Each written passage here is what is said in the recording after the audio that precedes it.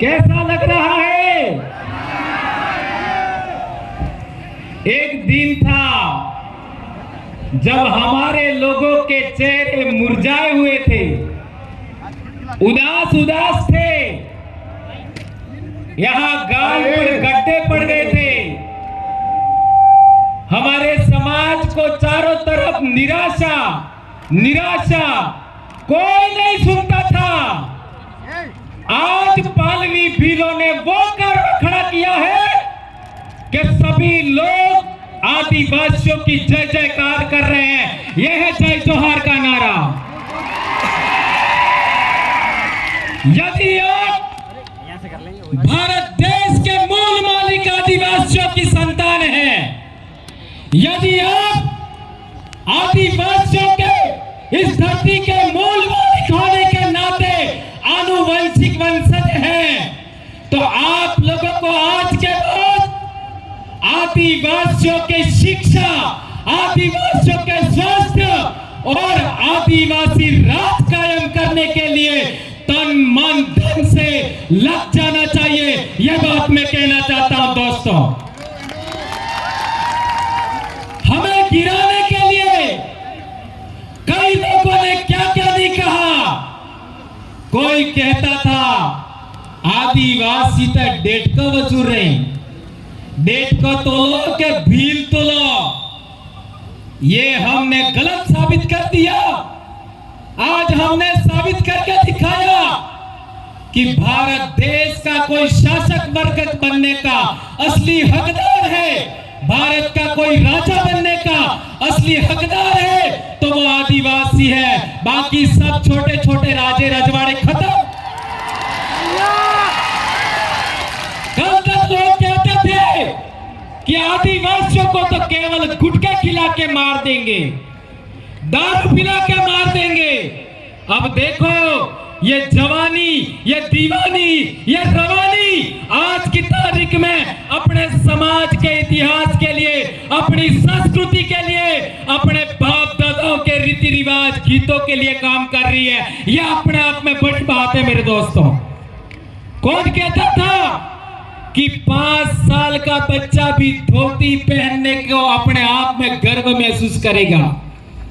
कल तक हमने देखा बाजारों में पैंट शर्ट और छोटा मोटा क्या कहते थे विवाह में ढमका ड्रेस ऐसा करके लूटते थे।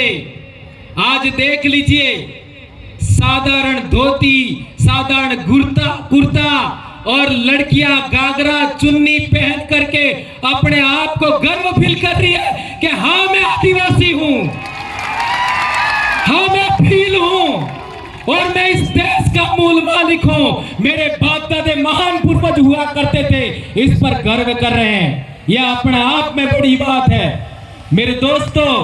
कल तक हमारे बाप दादे कहते थे कि आदो आद ना धनी, हमें भील अणा देश ना धूल मूल धनी, लेकिन सभी लोग हम लोगों को नीचा समझते थे। हमारे आसपुर के इलाके में देखो, सलूपड़ के इलाके में देखो, हमारे लोगों को खाट पर नहीं बैठने देते थे। कल परसों जोधपुर में एक मेरे भाई ने बताया कि हम छोटे थे तब बाल कटाने जाते थे और कोई गैर आदिवासी आ जाता तो आधा बाल काट करके हमको एक तरफ बिठाते थे और वो जो बाहर से आया उसका बाल दाढ़ी करके फिर वापस बिठाते थे। आज किसी माई के लाल की ये ताकत है क्या? कोई हमारे कार्यों के सामने ऐसा करके दिखा सकता है क्या? कोई नहीं कर सकता। यह है असली सुरमाओं की ताकत। हमारे देश के अंदर हम लोगों ने देखा कि आदिवासी जिस बात को लेकर के खुश होता है, आदिवासी के चेहरे पर खुशी होने पर कई लोगों के पिछवाड़े में आग लग जाती है। हमारी खुशी रास नहीं आती। हमने तुम्हारे संगठनों में काम किया, हमने तुम्हारे धर्मों में काम किया, हमने तुम्हारी पार्टियों में काम किया, हमको तुम्हारी खुशी पर कभी कुछ नहीं हुआ और तुम लोगों को हमारी खुशी रास नहीं आ रही है।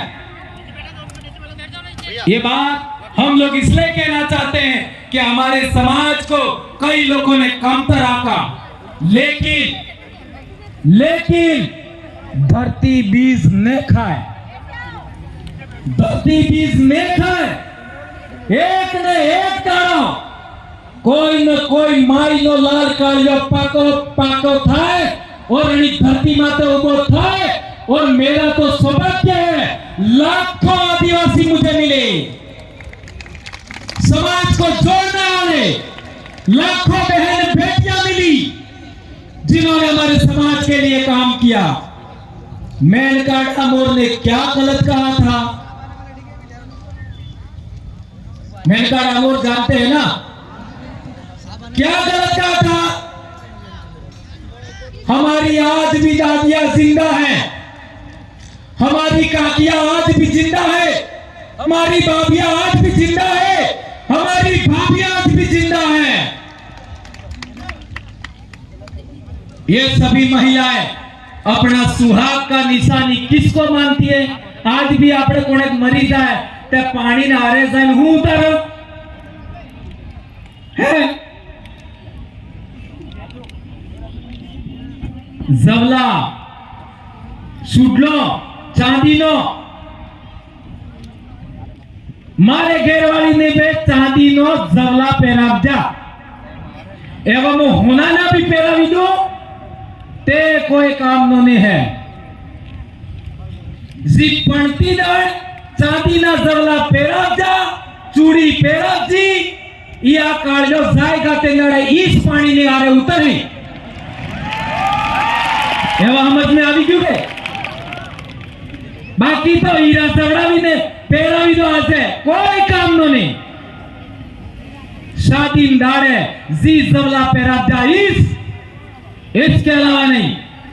और हमारे काटे में जाते हैं लोग तो भी वही जवले पहन के जाते हैं, ये बात हमें याद रखनी है।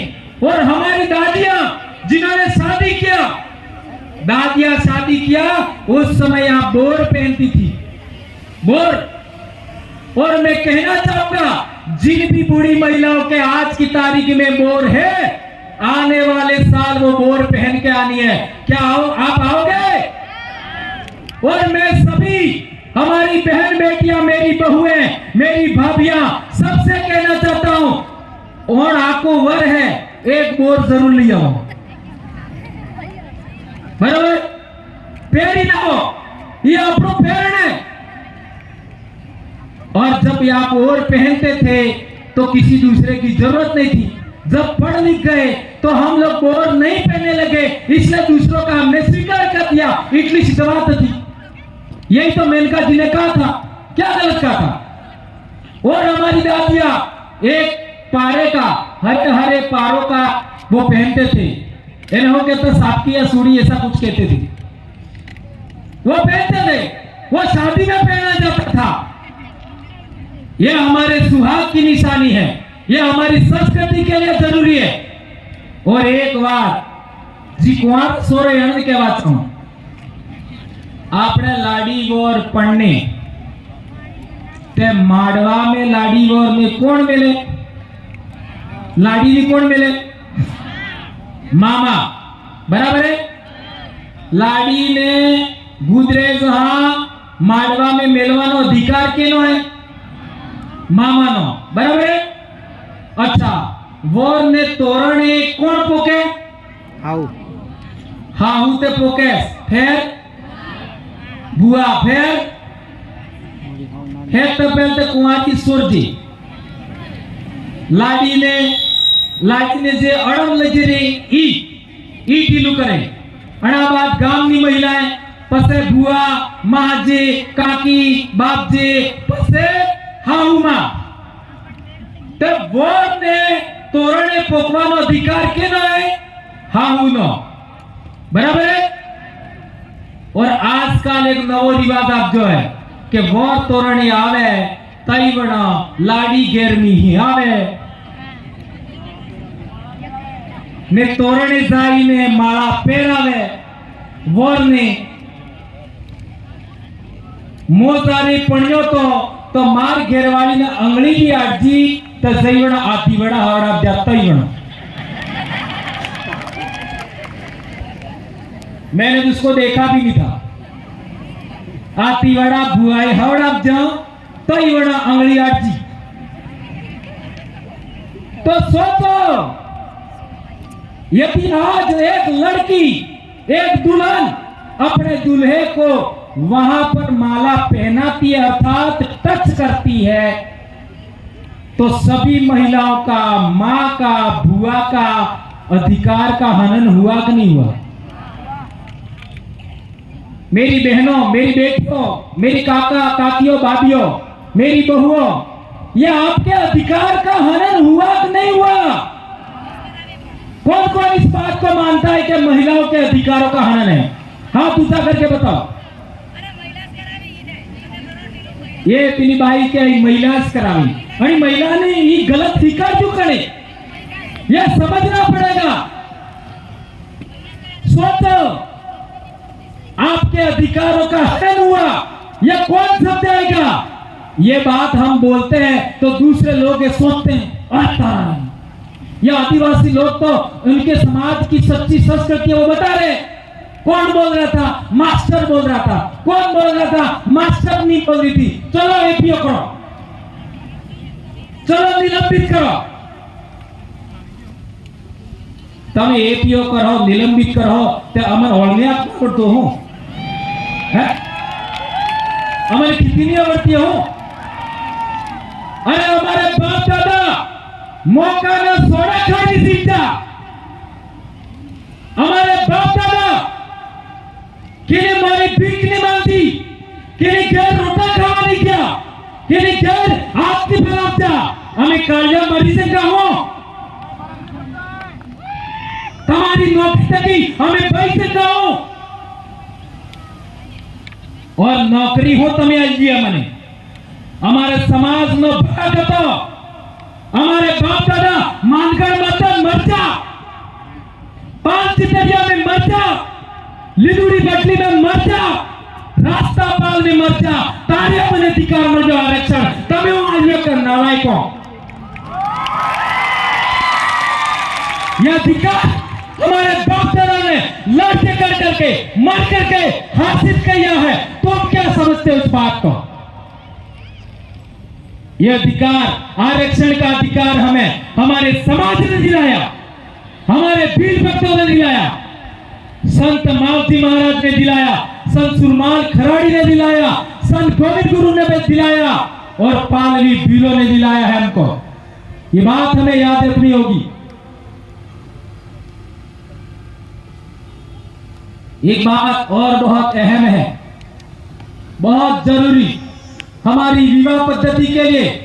आजकल हमारे लोग अहमदाबाद जाकर के बहुत सारा पैसा कमाते हैं और यहाँ आकर के अपनी शादी के लिए, विवाह के लिए सोने के गहने लाते हैं दुनिया भर के और हम भी मांगते हैं। लेकिन पिछले दिनों अखबार में छप करके आया था मेरी बहनों, मेरी बेटियों, मेरे बेटों कि 70 से 80% सोना और चांदी नकली आ रहे। तो हमें क्या थोड़ा कर देता? सोचो हमारा समाज है उसको चांदी के गहने हिस्से ही विवाह करना चाहिए, ऐसा मैं कहना चाहता हूं। मैं आप सबके सामने, इन लाखों आदिवासियों के सामने सौगंध खा के कहता हूं, मेरी बेटी के विवाह में एक भी सोने का गहना नहीं मंगवाऊंगा, एक भी नहीं। शादी के बाद कितने भी गहना सोने का पहनाए कोई आपत्ति नहीं, लेकिन शादी में मैं सोने का गहना नहीं पहनवाऊंगा, नहीं मंगवाऊंगा। मेरी बेटी भी आए अभी तो यदि हमें हमारे पैसे को बचाना है, हमारी मजदूरी को बचाना है, हमारे समाज को बचाना है, तो हमें यह भी सौगंध खानी होगी कि आज के बाद माड़वे में, पडले में सोने का गहना हम नहीं मंगवाएंगे, चांदी का ही मंगवाएंगे। और विवाह होने के बाद भले 5 गहने चाहे सोने के पहना दो, हमें कोई आपत्ति नहीं है, कोई आपत्ति नहीं है। ये बात हमारी बेटियों को गलत लग सकता है, लेकिन बेटा मैं एक बात बहुत महत्वपूर्ण कहना चाहता हूं। जब आप विवाह के फेरे के बाद 2 दिन बाद वही रकम सोने की लेके मार्केट में जाओगे, आधा पैसा भी तुमको नहीं मिलेगा। क्या ये बात सही कह रहा हूं, गलत कह रहा हूं? ये बात कठिन लग सकती है। मैं तो कहता हूं नेकलेस का कितना रुपया होता है? नेकलेस का इतना रुपया, मान लो 1.5 लाख रुपया होता है, तो नेकलेस के बदले 1.5 लाख रुपए की चांदी की रकम मंगवा लो, मना ही नहीं है। लेकिन इस गलत रकमों में, इस नकली और मिलावटी चीजों के पीछे हमें नहीं भागना, ये कहना चाहता हूं। मेरे को पिछले साल बोलने में दिक्कत हो रही थी, मैं बीमार हो गया था और बहुत सारा, क्योंकि बोल बोल करके बहुत सारी चीजें, मेरी भी गलत आदतें थी, चाय भी पीता था और बहुत सारी ऊंचा नीचा था मामला, पर अब सारा मैं नहीं बताऊंगा। तो हॉस्पिटल गया मैं चंडीगढ़, तो वहां डॉक्टर ने मेरे को कहा आज के बाद चाय नहीं पीनी है। तो मैंने कहा ठीक है। गेहूं नहीं खाना है, तो मेरा माथा ठनका, यार गेहूं नहीं खाऊंगा तो क्या खाऊंगा। लेकिन डॉक्टर ने बताया पहले जो गेहूं होता था ऐसा गेहूं अब नहीं है। ये पंजाब हरियाणा से जो पेस्टिसाइड, उर्वरक, इन रासायनिक पदार्थों से जो गेहूं पक करके आता है वह बहुत ज्यादा जहरीला है और हमारे लिए बहुत सारा नुकसानदेह है। अब क्या है कि मेरे सामने दिक्कत हो गई, अब खाऊंगा क्या, पर उन्होंने बताया नहीं। लेकिन हम जैसे जैसे 2-3 दिन गुजर गए तो उन्होंने हमको कोदरे के चावल खिलाए। कोदरा पड़े तो नहीं लीटा तो करो नहीं, ये लड़कियों ने नहीं लेते, जानबूझ के हाथ ऊंचा करना। कोदरों के चावल खिलाए, कांगड़ी के चावल खिलाए, मान की रोटी खिलाई, बाजरे की रोटी खिलाई। और आज मेरे में इतनी ताकत है कि प्रतापगढ़ से भी बोल करके आया हूं, पूरी भरी बारिश में बेड़ेश्वर तक बहुत भयंकर बारिश, और यहां करके भी बोल रहा हूं, ये ताकत मेरे में वापस आ गई। और आज की तारीख में हमारे बच्चे प्रार्थना में नीचे बैठ जाते हैं। इतना हमारा नुकसान हो गया। मैं ये कहना चाहता हूं कि जो बीपीएल का अनाज आता है वो भैंसों को खिला दो, पर डूबी रे तारी खबरा देके गाय भैंस को खिला दो, आपको नहीं खाना है।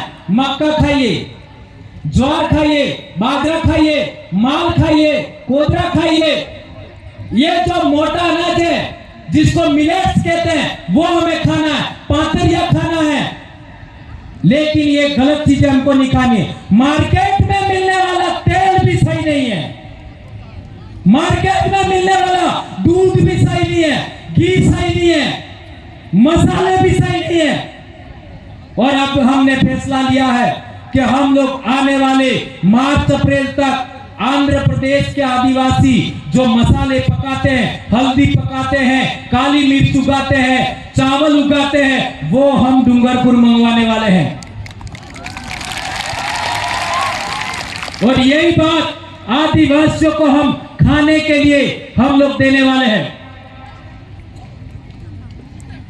आज स्कूलों में देख लो, आज स्कूलों में देख लो, बहुत गंभीर बात में उठा रहा हूं। चाहे कुछ भी हो जाए, ये बोले बगैर मैं नहीं रह सकता। यदि मैं नहीं बोला तो मैं भी मास्टर नहीं हूं, ऐसा कह सकते हो आप। 8वीं क्लास में, एक क्लास में 2-3 बच्चे स्कूल छोड़ देते हैं 8वीं क्लास में। 9वीं क्लास में 10 बच्चे स्कूल छोड़ देते हैं। 10वीं क्लास में 15 बच्चे स्कूल छोड़ देते हैं। ये बात सही है गलत है? हर एक स्कूल में यही हाल है। 8वीं में 2-3 बच्चे, 9वीं में 10 बच्चे और 10वीं में 15 बच्चे स्कूल छोड़ देते हैं और 10वीं के बाद बहुत कम छोड़ते हैं। इसका कारण क्या है? इसका कारण क्या है? आपने देखा होगा 8મી ક્લાસ નો સોરો ચાહે તમારો વે કે મારો વે ઈ ફેશન કરવાનું શરૂ કરે વાળ ઓસા દેસા કપાવે ओसा नेसा गोते फैशन करे मेहंदी लगावे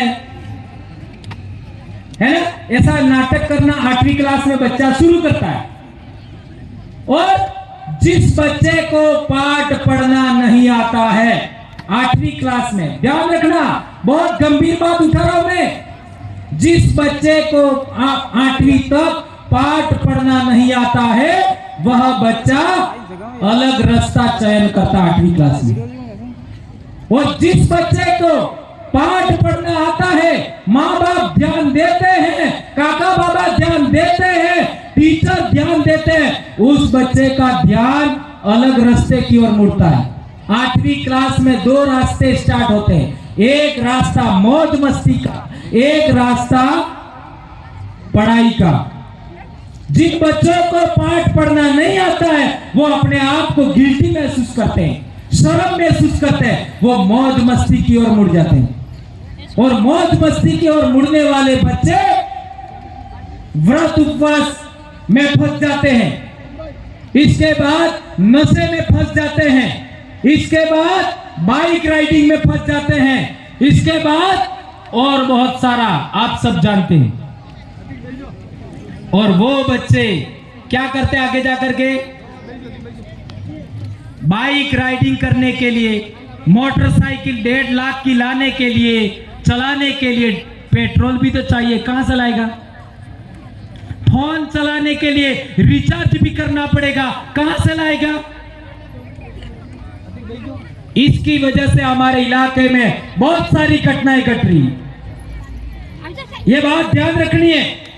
इसलिए मैं कहना चाहता हूं कि जो बच्चा 18 साल से कम उम्र का है, आप यदि माता पिता है, उसको किसी भी सूरत में मोटरसाइकिल नहीं देनी है। नंबर 1, किसी भी सूरत में 18 साल से कम का बच्चा है उसको फोन नहीं देना है। मेरा बच्चा भी अभी 12वीं पास हो गया, मैंने फोन नहीं दिया, नहीं दिया।